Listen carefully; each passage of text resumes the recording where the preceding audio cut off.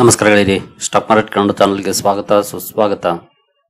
ಗೆಳೆಯರಿ, ಮುಹೂರ್ತ ಟ್ರೇಡಿಂಗ್ ಇವತ್ತು ಮುಗ್ದಿದೆ. ಯಾವ ರೀತಿ ಪರ್ಫಾರ್ಮೆನ್ಸ್ ಬಂದಿರಬಹುದು ಅನ್ನೋದನ್ನ ಈಗಾಗಲೇ ನೋಡಿರ್ತೀರಿ ಅಂದ್ಕೊಳ್ತೀನಿ. ನೋಡಿಲ್ಲ ಅಂದ್ರೂ ಪರವಾಗಿಲ್ಲ, ನಾವು ಈ ವಿಡಿಯೋದಲ್ಲಿ ಅದರ ಬಗ್ಗೆನೇ ಒಂದಷ್ಟು ವಿಷಯವನ್ನ ತಿಳ್ಕೊಳ್ಳುವಂತ ಪ್ರಯತ್ನವನ್ನ ಮಾಡೋಣ. ಆಸ್ ಯೂಶುವಲ್ ಮುಂದುವರಿಯ ಮುಂಚೆ ಡಿಸ್ಕ್ಲೇಮರ್ ಕೊಡ್ಲಿಕ್ಕೆ ಇಷ್ಟಪಡ್ತೀನಿ. ಇಲ್ಲಿ ಯಾವ್ದಾದ್ರು ಸ್ಟಾಕ್ ಅನ್ನು ಮೆನ್ಷನ್ ಮಾಡಿದ್ರೆ ಅದು ಯಾವುದನ್ನು ಕೂಡ ನಾನು ರೆಕಮೆಂಡ್ ಮಾಡ್ತಿಲ್ಲ. ನೀವು ಫರ್ದರ್ ಸ್ಟೇಟ್ಮೆಂಟ್ ಡಿಸಿಷನ್ ತಗೊಳ್ಬಹುದು. ಆಸ್ ಎಜುಕೇಶನಲ್ ಪರ್ಪಸ್ ನಾನು ಈ ವಿಡಿಯೋ ಮುಂದೆ ತರ್ತಾ ಇದ್ದೀನಿ. ಹಾಗೆ ಇನ್ ಕೇಸ್ ನೀವೇನಾದ್ರೂ ಇಲ್ಲಿವರೆಗೂ ನಮ್ಮ ಇನ್ಸ್ಟಾಗ್ರಾಮ್ ಹಾಗೂ ವಾಟ್ಸ್ಆಪ್ ಚಾನಲ್ ನ ಫಾಲೋ ಮಾಡ್ತಿಲ್ಲ ಅಂತಂದ್ರೆ ಚಾನಲ್ ಡಿಸ್ಕ್ರಿಪ್ಷನ್ ಅಲ್ಲಿ ಇಲ್ಲಿ 3 more ಲಿಂಕ್ಸ್ ಮೇಲೆ ಕ್ಲಿಕ್ ಮಾಡಿದ್ರೆ ನಿಮಗೆ ಲಿಂಕ್ ಸಿಗುತ್ತೆ. ಕೆಳಗಡೆ ವಾಟ್ಸ್ಆಪ್ ಹಾಗೂ ಇನ್ಸ್ಟಾಗ್ರಾಮ್ ನ ಲಿಂಕ್ ಸಿಗುತ್ತೆ. ಎರಡನ್ನು ಕೂಡ ಫಾಲೋ ಮಾಡಬಹುದು. ಅದರಲ್ಲೂ ಕೂಡ ಒಂದಷ್ಟು ಅಪ್ಡೇಟ್ ಗಳನ್ನ ಕೊಡುವಂತ ಪ್ರಯತ್ನವನ್ನ ಮಾಡ್ತಾ ಇದ್ದೀವಿ. ಹಾಗೆ ಇವತ್ತಿನ ನಮ್ಮ ಮಾರ್ಕೆಟ್ ಪರ್ಫಾರ್ಮೆನ್ಸ್ ನ ನೋಡಿದ್ರೆ ಎಸ್ಪೆಷಲಿ 1 ಗಂಟೆ ಸ್ಪೆಷಲ್ ಟ್ರೇಡಿಂಗ್ ಸೆಷನ್ ಯಾವ ರೀತಿ ಇತ್ತು ಅಂತ ನೋಡಬಹುದು. ನಮ್ಮ ನಿಫ್ಟಿಯಲ್ಲಿ 25 ಪಾಯಿಂಟ್ಸ್ ಇಲ್ಲೇ ನೋಡಬಹುದು. 25 ಪಾಯಿಂಟ್ಸ್ ಅಥವಾ 0.1% ಅಪ್ ಅಲ್ಲಿ ಪಾಸಿಟಿವ್ ಪರ್ಫಾರ್ಮೆನ್ಸ್ ಬಂದಿದೆ. ಓಪನಿಂಗ್ ಏನೋ ಚೆನ್ನಾಗೇ ಇತ್ತು ನೋಡಬಹುದು. 901ಕ್ಕೆ ಓಪನ್ ಆಯ್ತು. ನಂತರ 934 ವರೆಗೂ ಕೂಡ ಹೋಯ್ತು ಮಾರ್ಕೆಟ್.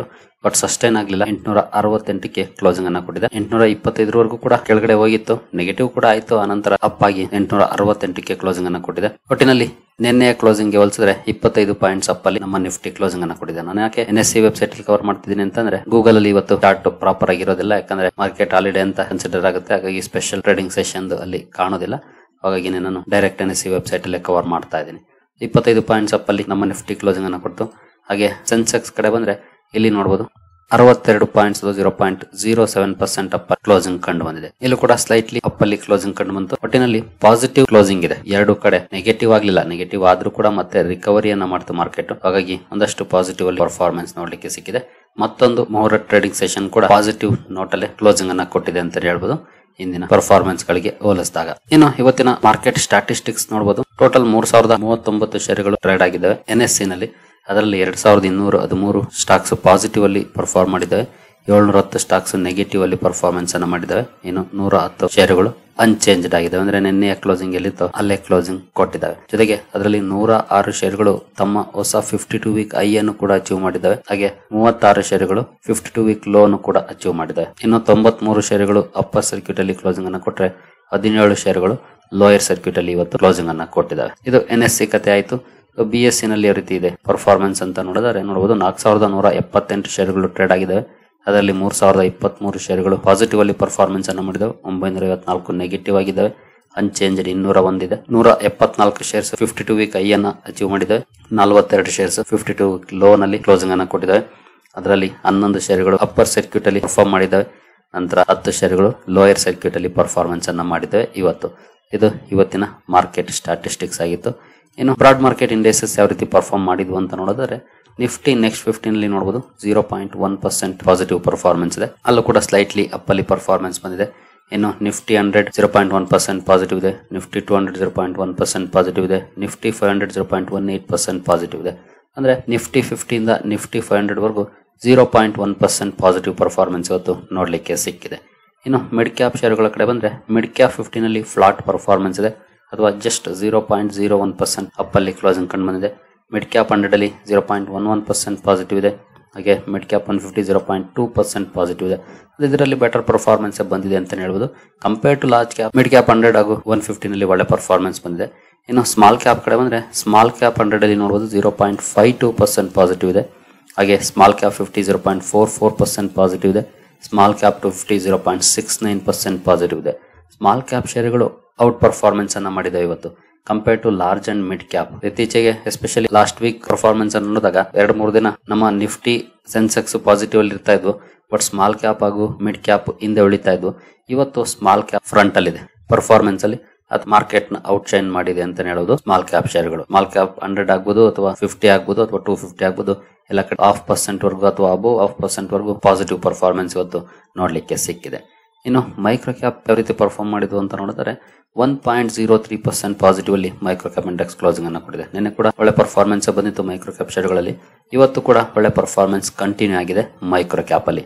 ಇನ್ನು ಸೆಕ್ಟೋರಲ್ ಇಂಡೆಕ್ಸಸ್ ಗಳು ಯಾವ ರೀತಿ ಪರ್ಫಾರ್ಮ್ ಮಾಡಿದ್ವು ಅಂತ ನೋಡಿದ್ರೆ ನಿಫ್ಟಿ ಬ್ಯಾಂಕ್ ಇವತ್ತು 0.04% ಡೌನ್ ಅಲ್ಲಿ ಕ್ಲೋಸಿಂಗ್ ಅನ್ನು ಕೊಟ್ಟಿದೆ. ಹಾಗೆ ಫೈನಾನ್ಷಿಯಲ್ ಸರ್ವಿಸಸ್ 0.11% ಪಾಸಿಟಿವ್ ಇದೆ.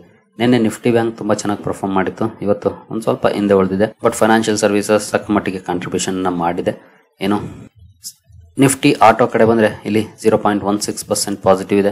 FMCG 0.02% ಪಾಸಿಟಿವ್ ಅಥವಾ ಫ್ಲಾಟ್ ಆಗಿ ಕ್ಲೋಸಿಂಗ್ ಅನ್ನು ಕೊಟ್ಟಿದೆ. IT ಕೂಡ 0.02% ಪಾಸಿಟಿವ್ ಇದೆ ಅಥವಾ ಫ್ಲಾಟ್ ಪರ್ಫಾರ್ಮೆನ್ಸ್ ಅನ್ನ ಕೊಟ್ಟಿದೆ. ಮೀಡಿಯಾದಲ್ಲಿ ಒಳ್ಳೆ ಪರ್ಫಾರ್ಮೆನ್ಸ್ ಇದೆ. ಮೆಟಲ್ ಕೂಡ ತುಂಬಾ ಚೆನ್ನಾಗಿ ಪರ್ಫಾರ್ಮ್ ಮಾಡಿದೆ ಇವತ್ತು 0.4% ಅಪ್ ಅಲ್ಲಿ ಕ್ಲೋಸಿಂಗ್ ಅನ್ನು ಕೊಟ್ಟಿದೆ. ಫಾರ್ಮಾ ಕೂಡ ಒಳ್ಳೆ ಪರ್ಫಾರ್ಮೆನ್ಸ್ ಅನ್ನು ಮಾಡಿದೆ 0.34% ಅಪ್ ಆಗಿದೆ. PSU ಬ್ಯಾಂಕ್ಗಳು ಸ್ವಲ್ಪ ಹಿಂದೆ ಉಳಿದಿದ್ದಾವೆ ಇವತ್ತು 0.06% ನೆಗೆಟಿವ್ ಇದೆ. ಪ್ರೈವೇಟ್ ಬ್ಯಾಂಕ್ಸ್ ಫ್ಲಾಟ್ ಆಗಿ ಪರ್ಫಾರ್ಮ್ ಮಾಡಿದೆ. ನಿನ್ನೆ ಅಷ್ಟು ಒಳ್ಳೆಯ ಪರ್ಫಾರ್ಮೆನ್ಸ್ ಇವತ್ತು ಫ್ಲಾಟ್ ಇದೆ. ರಿಯಾಲಿಟಿ ಸ್ವಲ್ಪ ನೆಗೆಟಿವ್ ಇದೆ 0.09%. ಹೆಲ್ತ್ ಕೇರ್ 0.23% ಪಾಸಿಟಿವ್ ಅಲ್ಲಿ ಪರ್ಫಾರ್ಮೆನ್ಸ್ ಅನ್ನು ಮಾಡಿದೆ. ಕನ್ಸ್ಯೂಮರ್ ಡ್ಯೂರಬಲ್ 0.03% ಪಾಸಿಟಿವ್ ಇದೆ. ಹಾಗೆ ಆಯಿಲ್ ಅಂಡ್ ಗ್ಯಾಸ್ ಕೂಡ 0.05% ಪಾಸಿಟಿವ್ ಇದೆ.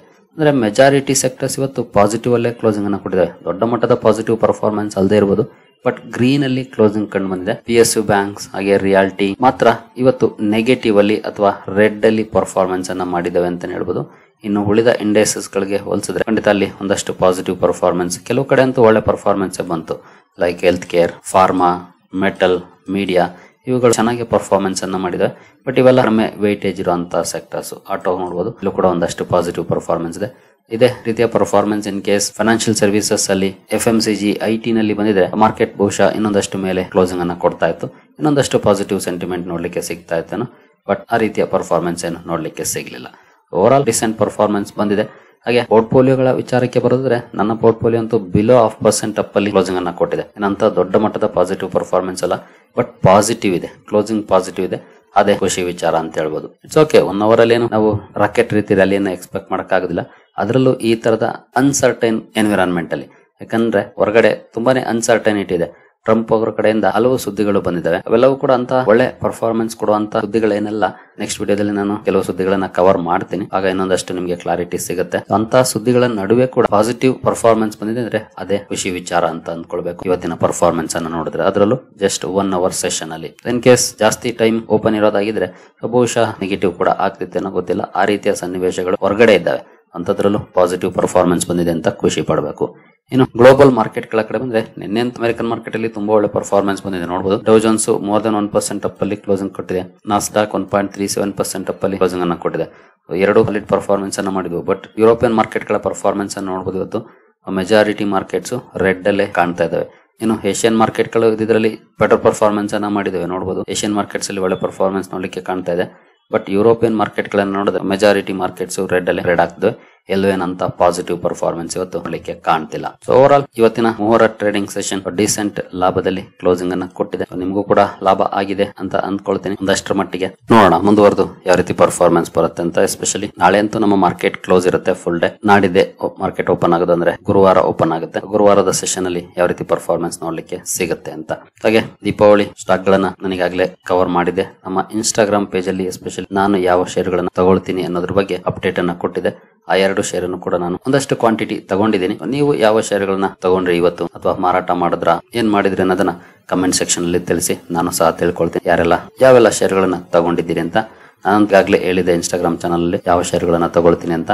ಅವನ್ನೇ 2 ತಗೊಂಡಿದ್ದೀನಿ. ಇನ್ ಕೇಸ್ ಆ ಶೇರ್ಗಳು ಯಾವ ಅಂತ ಗೊತ್ತಾಗ್ಬೇಕಂದ್ರೆ ಇನ್ಸ್ಟಾಗ್ರಾಮ್ ಚಾನಲ್ ನ ಲಿಂಕ್ ಇಲ್ಲಿ ಡಿಸ್ಕ್ರಿಪ್ಷನ್ ಅಲ್ಲಿ ಸಿಗುತ್ತೆ. ಚಾನಲ್ ಡಿಸ್ಕ್ರಿಪ್ಷನ್ ಗೆ ಬಂದ್ರೆ ಇಲ್ಲಿ ಚಾನಲ್ ಓಪನ್ ಮಾಡಿ. ಫಸ್ಟ್ ಓಪನ್ ಮಾಡಿದ್ರೆ ಇಲ್ಲಿ 3 more ಲಿಂಕ್ಸ್ ಮೇಲೆ ಕ್ಲಿಕ್ ಮಾಡಿದ್ರೆ ನಿಮಗೆ ಕೆಳಗಡೆ ಸ್ಕ್ರೋಲ್ ಮಾಡಿದ್ರೆ ಸಿಗುತ್ತೆ. ಫಾಲೋ ಮಾಡಬಹುದು. ಅಲ್ಲೂ ಕೂಡ ಒಂದಷ್ಟು ಅಪ್ಡೇಟ್ ಗಳನ್ನ ಕೊಡುವಂತ ಪ್ರಯತ್ನವನ್ನ ನಾವು ಮಾಡ್ತಿದ್ವಿ ಈಗಾಗಲೇ.